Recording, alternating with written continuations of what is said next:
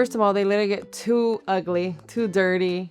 And we've had some challenges when carpets have been put since maybe 1990 or early to 2000s.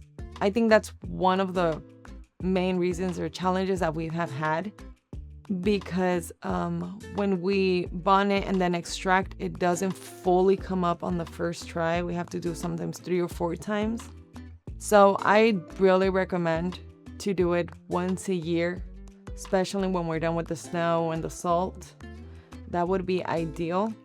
I mean, we know we don't want to be changing carpets every 5 to 3 years, but maintaining them would help a lot to their business. They'll look neater, tidy, and I think it would be best. We have some warehouses where we do them quarterly. Just the hallways. It doesn't have to be the whole thing, but just lobbies, hallways, the ones that have more main traffic. And we do bonnet and then we extract. Some clients just want us to bonnet, and some clients just want the full shampoo, bonnet, extraction. They look better, they smell better.